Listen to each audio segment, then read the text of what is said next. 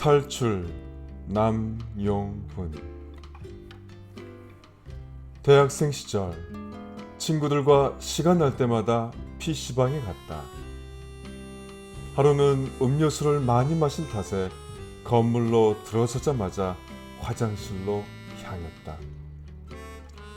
그런데 화장실 칸막이 안에서 누군가 말했다. 저기 죄송한데 문 좀 열어주시겠어요?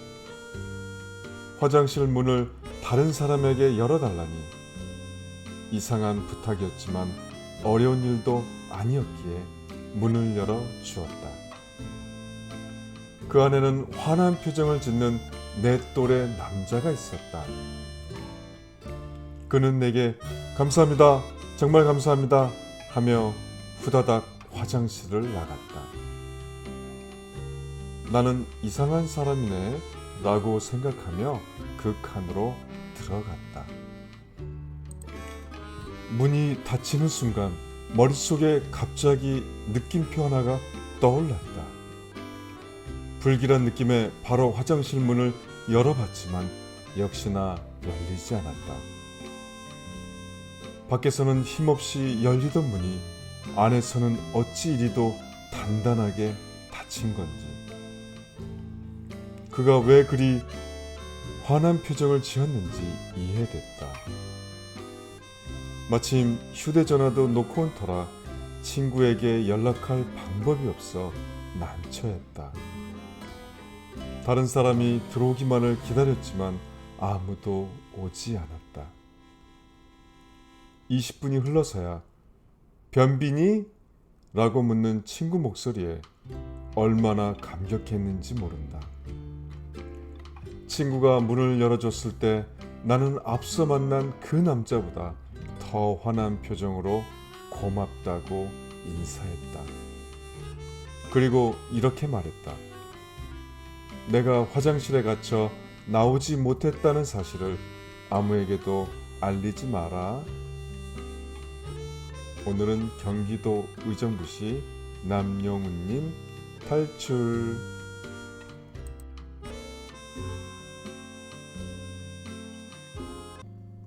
조세현.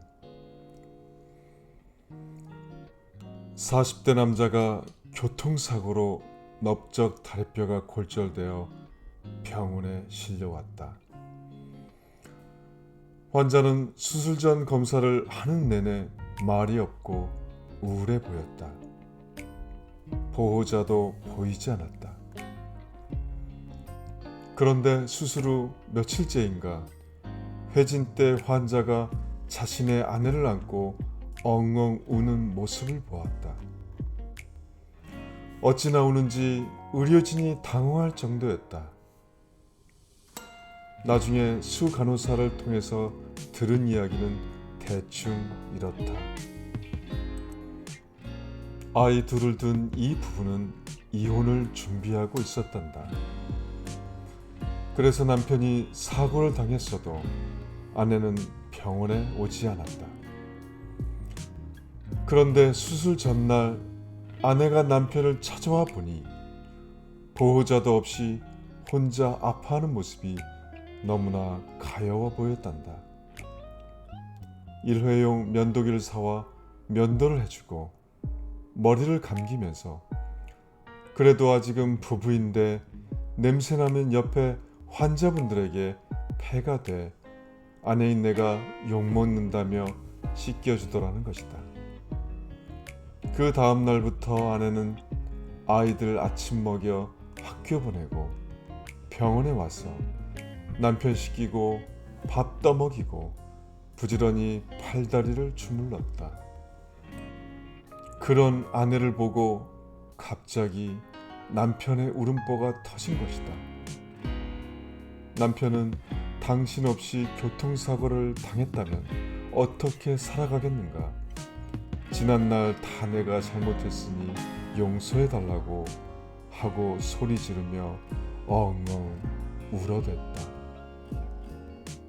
보고 있던 다른 환자들과 가족들도 울고 그 이야기를 전하는 수 간호사나 듣고 있는 나까지도 눈시울을 적셨다. 그분은 수술 후 진통제도 필요 없다며 빨리 걸어서 나가게 해달라고 했다.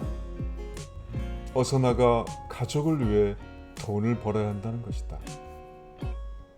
수술 후 경과도 특히 좋았다. 화색이 만연한 얼굴로 병동 분위기가 다 화기애애해질 정도로 크게 웃고 다녔다.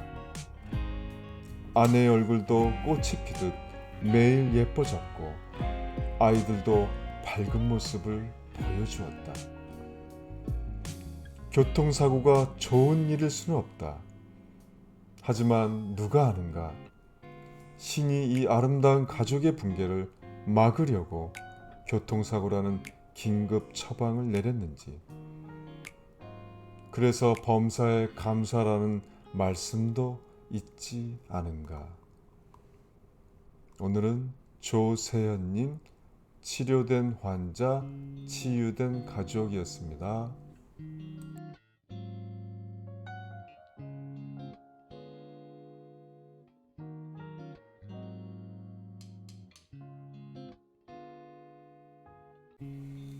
잘못 건 전화.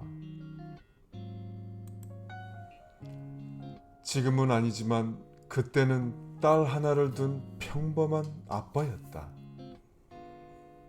시작은 우연한 실수에서 비롯됐다. 친구에게 전화 건다는 것이 그만 엉뚱한 전화번호를 눌렀다. 어쩌면 그건 운명이었는지도 모르겠다. 여보세요? 아빠! 아마도 내 딸 현정이와 비슷한 또래로 초등학교 저학년쯤 되는 여자아이 목소리였다. 넌 아빠 번호도 모르니? 저장이라도 하지. 괜히 내 딸 같아서 핀잔을 주는데, 아빠 바보! 나 눈 안 보이잖아. 순간 당황했다. 아, 장애 있는 아이구나. 엄만 요 앞 슈퍼 가서 대신 받은 거야. 아빠 언제 올 거야? 너무 반기는 말투에 잘못 걸었다고 말하기가 미안해서, 아빠가 요즘 바빠서 그래. 대충 얼버무리고 끊으려 했다. 그래도 며칠씩 안 들어오면 어떡해. 엄마는 베개 싸움 안 해준단 말이야. 미안. 아빠가 바빠서 그래. 일 마치면 들어갈게. 알았어. 그럼 오늘은 꼭 와. 끊어. 막상 전화를 끊고 나니 걱정됐다. 애가 실망할까봐 그랬지만 결과적으론 거짓말한 거니까. 큰 잘못이라도 한 것처럼 온종일 마음이 뒤숭숭했다. 그날 저녁 전화가 울린다. 아까 잘못 걸었던 그 번호. 왠지 받기 싫었지만 떨리는 손으로 받았다. 여보세요? 침묵이 흐른다. 여보세요? 다시 말을 하니 웬 낯선 여자가, 죄송합니다. 아이가 아빠한테서 전화가 왔대서요. 아, 네. 낮에 제가 전화를 잘못 걸었는데 아이가 오해한 것 같아요. 혹시 제 딸한테 아빠라고 하셨나요? 아까부터 아빠 오늘 온다며 기다리고 있어서요. 아, 죄송합니다. 엉겁결에. 아니에요. 사실 애 아빠가 한 달 전에 교통사고로 갑자기 돌아가셨어요. 우리 딸이 날 때부터 눈이 안 보여서 아빠가 더 곁에서 보살피다 보니 아빠에 대한 정이 유별나네요. 아, 네. 괜히 제가. 혹시 실례가 안 된다면 제 딸한테 아빠 바빠서 오늘도 못 가니 기다리지 말라고 말씀 좀 해줄 수 있나요? 그냥 그렇게만 하면 될까요?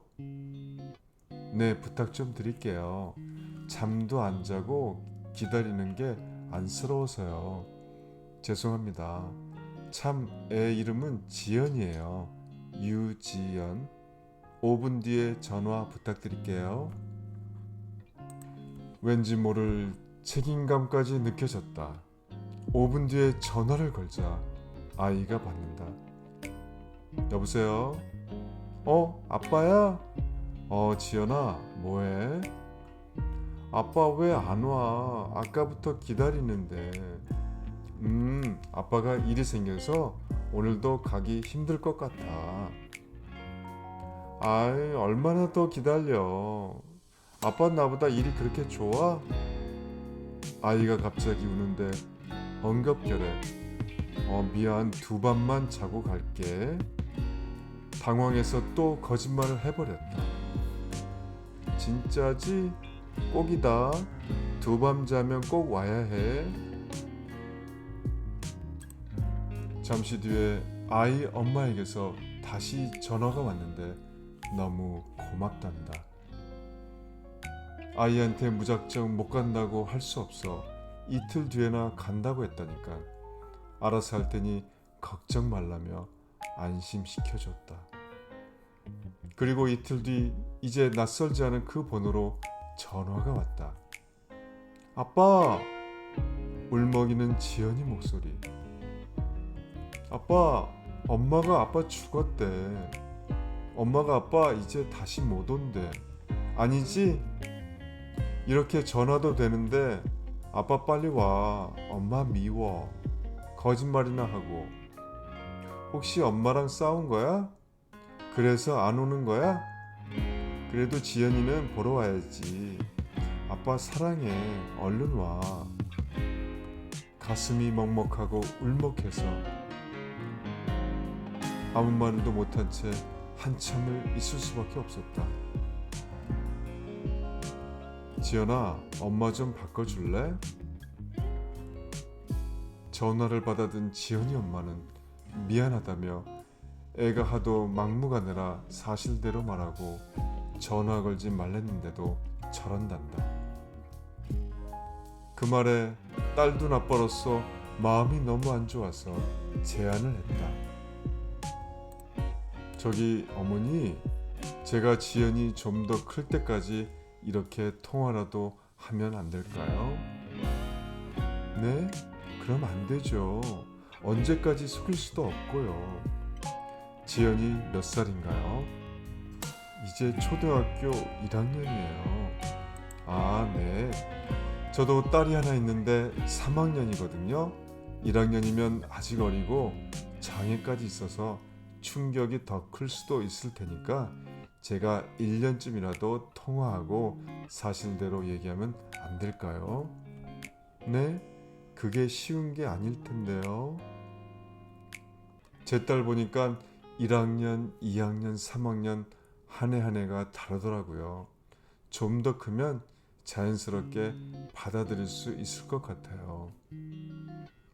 오히려 내가 지연이 엄마한테 더 부탁을 했다. 그땐 왜 그런 생각이 들었는지 모르겠지만 지연이에게 뭐라도 해주고 싶었다. 그리고 그 뒤부터 자주는 아니지만 보름에 한 번쯤 지연이와 통화를 했다. 아빠, 외국 어디에 있어? 사우디아라비아? 거기서 뭐 하는데? 빌딩 짓는 건설 현장에서 일하고 있지. 아, 거긴 어떻게 생겼어? 어릴 적 아버지께서 사우디아라비아에서 건설 노동자로 몇 해 다녀오신 적이 있어서 그때 들은 기억들을 하나둘 떠올려 지연이에게 말해줬다. 그렇게 한 게 1년이 되고 2년이 되고 내 딸 현정이 선물할 때 지연이 거도 꼭 챙겨서 택배로 보냈고 그렇게 지연이의 가짜 아빠 노릇을 전화로 이어나갔다. 나의 아내가 나에게 묻는다. 당신 어린애랑 요즘 원조 교제 같은 거 하는 거 아니야? 한때 아내에게 이런 오해를 받을 만큼 자주 통화도 했다. 현정이는 커가면서 아빠 과자 사와, 아이스크림, 피자, 아빠 용돈 좀. 늘 그런 식인데 지연이는 아빠, 하늘은 동그라미야 네모야? 돼지는 얼마나 뚱뚱해? 기차는 얼마나 길어? 등등 사물의 모양에 대한 질문이 대부분이었다. 그럴 때면 안쓰러워 더 자세하게 설명하곤 했지만 가끔 잘하고 있는 건지 의문이 들기도 했다. 3년쯤 지난 어느 날 지연이한테서 전화가 왔다. 지연아, 왜? 저기 나 사실은 작년부터 알고 있었어. 아빠 아니란 거. 뭐라 할 말이 없었다. 엄마랑 삼촌이 얘기하는 거 들었어. 진짜로 아빠가 하늘나라 간 거. 그래, 미안. 사실대로 말하면 전화통화 못할까봐 그랬어. 근데 선생님이 4학년이면 고학년이래. 이제부터 더 의젓해야 된댔거든. 지연아, 근데 진짜 아빠는 아니지만 좋은 친구처럼 통화하면 안 될까? 난 그러고 싶은데 어때? 진짜로? 그래도 돼? 그럼 당연하지. 그 뒤로도 우린 줄곧 통화를 했다. 다만 이제 아빠라고는 안 한다. 그렇다고 아저씨도 아니고 그냥 별다른 호칭 없이 이야기하게 되는데 솔직히 많이 섭섭했다. 그래도 늘 아빠로 불리다가 한순간에 그렇게 되니까 그렇다고 아빠라고 부르라고 하기도 뭐하고. 시간이 흘러 지연이가 맹하학교를 졸업하는 날이 됐다. 전화로만 축하한다고 하기엔 너무나 아쉬웠다. 몇 해 동안 통화하며 쌓은 정이 있는데 그날만은 꼭 가서 축하해주고 싶었다. 목욕도 가고 가장 좋은 양복도 차려입고 한껏 치장을 했다. 비록 지연이가 보지는 못하지만 그래도 처음 만나는 날인데 그 옛날 아내와 선보러 갈 때보다 더 신경 쓴 것 같다. 꽃을 사들고 들어간 졸업식장에서 지연이 엄마를 처음 만났다. 너무 고맙다며 인사를 몇 번씩 하시는데 왠지 쑥스러웠다. 잠시 후 졸업장을 받아든 아이들이 하나둘 교실에서 나오는데 단박에 지연이를 알아볼 수 있었다. 신기하게도 그 많은 아이들 중에 유독 지연이만 눈에 들어왔으니까. 지연아, 지연이 엄마가 딸을 부른다. 그러자 활짝 웃으며 다가온 지연이한테 지연아, 누가 너 찾아오셨어. 맞춰봐. 하며 웃자 지연이는 누구? 하며 의아해할 때 꽃다발을 안겨주면서 지연아, 축하해. 그러자 지연이가 큰 소리로 울음을 터뜨렸다. 예상치 못한 반응에 지연이 엄마도 나도 어쩔 줄 모르는데 지연이가 손을 더듬어 나를 꼭 안았다. 아빠, 이렇게 와줘서 너무너무 고마워. 그 말을 듣는 순간 내 눈에도 눈물이 흘러내렸다. 난 이미 오래전부터 너무나 착하고 이쁜 딸을 둘이나 둔 너무 행복한 아빠였음을 그날 알게 됐다.